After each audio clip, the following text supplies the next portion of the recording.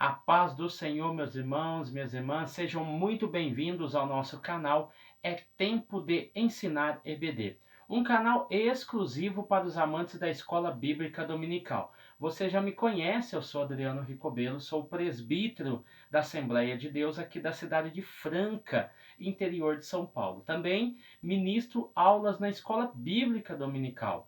Também sou professor titular do CAPED, que é o Centro de Aperfeiçoamento de Professores da Escola Dominical. Então, você que está aqui no nosso canal, passando pelos nossos vídeos, não se esqueça, não deixe de conferir os nossos conteúdos, as nossas aulas que são semanais, o nosso conteúdo diário, enfim, nós temos um conteúdo muito bom, muito proveitoso e que vai trazer edificação para a sua vida, tá bom? Hoje nós estamos em mais uma reflexão. Nós vamos falar sobre Martinho Lutero, vida e pensamento, tá? Nós vamos falar aqui um pouquinho sobre a vida de Lutero, alguns pontos centrais aqui. Não vai dar para abordar tudo, tá? Sobre a vida de Lutero, mas nós vamos abordar algumas questões bem interessantes e que estão correlacionadas aí com a aula que nós tivemos, que foi a aula de número 2, falando sobre a banalização da graça, e Martinho Lutero tem tudo a ver com essa questão, tá bom? Então vamos lá. Esse homem, o reformador Martinho Lutero, ele nasceu na Europa, né? Nós vamos ver que a Europa, o ambiente ao qual Martinho Lutero nasceu, era um ambiente bastante promissor.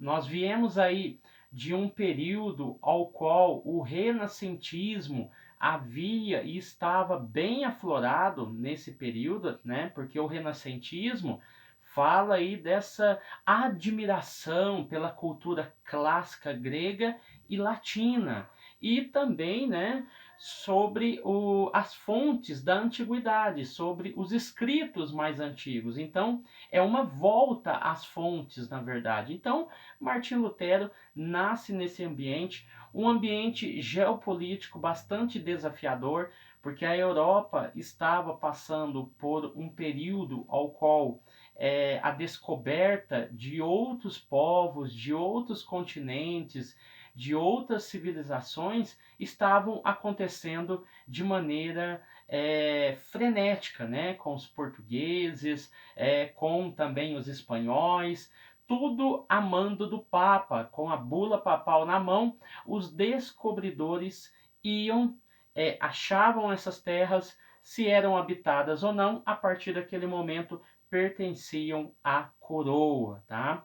Então, Martinho Lutero vai viver nesse período. Lutero também nasce dentro de uma sociedade bastante cheia de superstições. É isso que vai levar à ideia de Tetzel, né, concernente às indulgências, ganhar tanto impacto na época de Martinho Lutero, porque esse ambiente era um ambiente de bastante superstições, tá bom?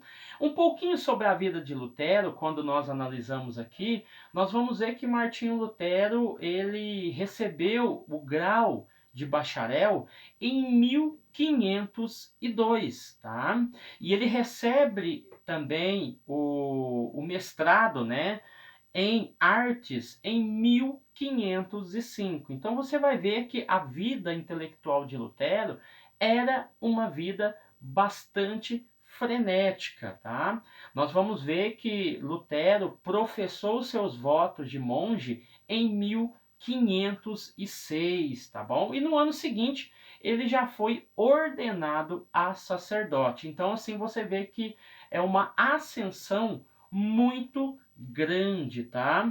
E você vai ver que há um período da história de Lutero ao qual durante uma viagem ele ficou perplexo, né, com o mundanismo dos clérigos, ou seja, ele viu que havia uma desordem, uma baixa moral do Papa Juliano II, que era o Papa da época.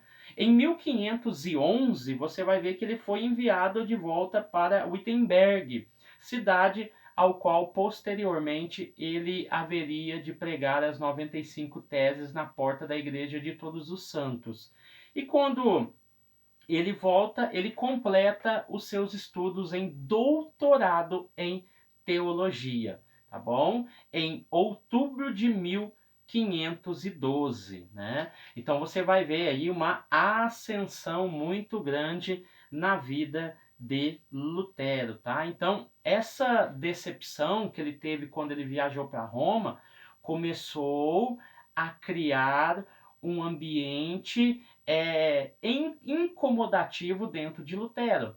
Quando ele vai viajar para Roma, ele começa a ver a depravação que existia entre os clérigos e, no caso aqui, o Papa Juliano II, a baixa moral que esse Papa tinha, fez Lutero começar a enxergar a igreja, não a igreja em si, mas o que estava acontecendo dentro da igreja. Muito estranho para a época, porque Lutero tinha uma imagem totalmente diferente. Quando ele vai para Roma, ele começa a perceber essas questões. Em 1507 até 1512, nós vamos ver que Lutero, pela história dele, começou a passar por várias lutas espirituais muito intensas. Por quê? Porque ele procurava merecer a sua própria salvação. E isso o incomodou, porque ele considerava Deus como um juiz irado, né? Que esperava que os pecadores obtivessem a sua própria justiça. Então você vai ver que isso começa a incomodar a vida de Lutero, porque ele se sente culpado, porque ele procura merecer a própria salvação, tá? Então nós vamos ver também que uma das conclusões de Martinho Lutero é que a igreja é igreja por demonstrar a verdadeira ou as verdadeiras marcas do evangelho e se nutre dos sacramentos do batismo e da ceia para viver em verdadeira comunidade, né? Então, a partir desse momento, dentro da história de Lutero, Lutero começa a entender e a afirmar dentro dos seus estudos o ministério sacerdotal de todos os crentes, né? Que é adquirido aí por a maioria das igrejas pentecostais, tá? O sacerdócio universal de todos os crentes, tá? Eu queria ler aqui um prefácio, né, da questão de como ele procurava merecer a própria justiça. Eu queria parafrasear aqui para vocês. Embora eu vivesse uma vida impecável como monge, sentia-me um pecador de consciência pesada. Diante de Deus, também não podia acreditar que eu tivesse agradado com as minhas obras. Tá? Longe de amar aquele Deus justo que pune os pecadores, eu, na verdade, o odiava. Eu era um bom monge e mantinha minha ordem de modo tão estrito que se algum dia um monge pudesse chegar ao paraíso pela disciplina monástica, olha a afirmação dele, eu seria esse monge. Aí ele vai dizer, todos os meus companheiros no monastério confirmam isso. E, no entanto, minha consciência não me dava certeza. E eu sempre duvidava e dizia, não fizeste isso direito. Não foste suficiente contrito, né? A autoflagelação, a autopiedade não era suficiente. Não, aí ele vai dizer aqui, ó, e deixaste isso fora da confissão, né? Então nós vamos ver que Martinho Lutero sofria com as próprias questões, com as próprias indagações. Ele entendia Deus e o odiava, porque ele achava Deus santo demais e Deus precisava de justiça e ele não conseguia atingir pelos méritos próprios a justiça que Deus requisitava. Então, essa ideia de Martinho Lutero começa a mudar, tá bom? E nós vamos ver que a questão das 95 teses, ela foi, né, criando corpo a partir de Tetzel, né, com o Papa Leão X, isso já foi falado lá na aula. Tetzel vai andar por toda a Alemanha, vendendo as relíquias, a igreja vendia relíquias, Tetzel vendia a indulgência.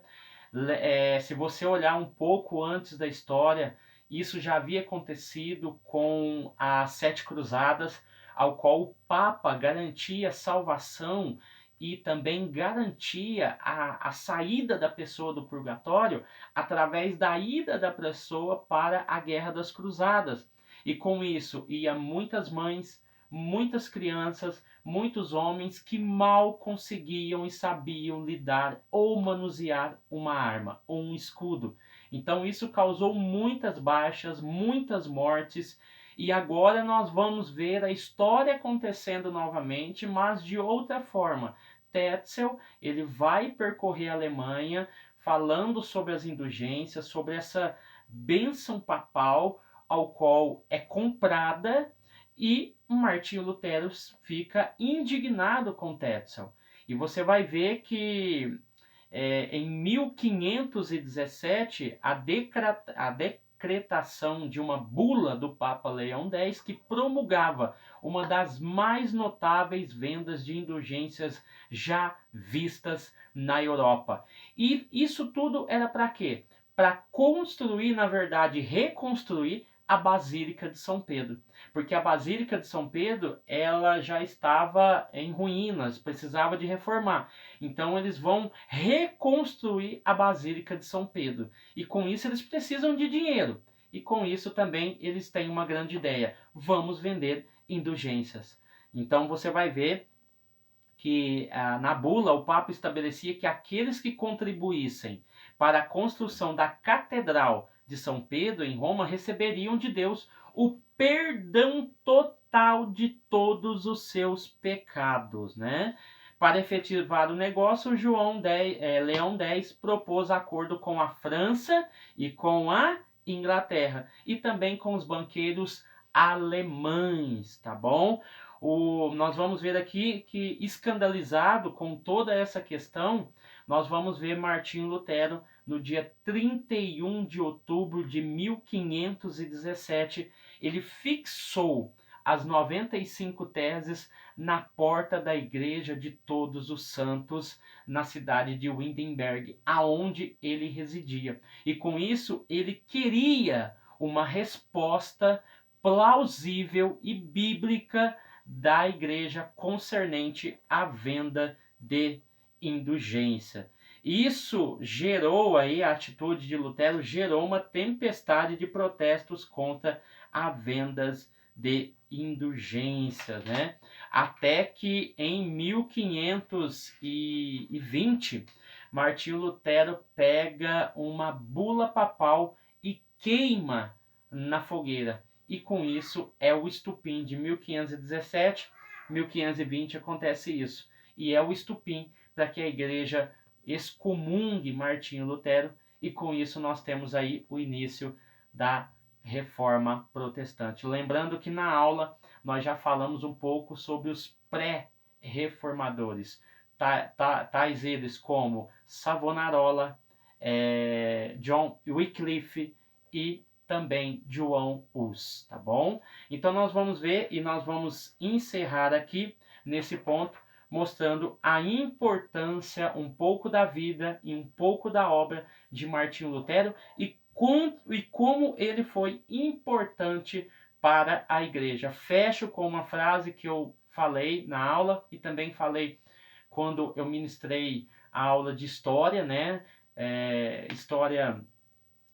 A história relacionada ao tempo, né? E falamos sobre Martinho Lutero, que o que a igreja fez em 1000 anos, Martinho Lutero fez em menos de 20.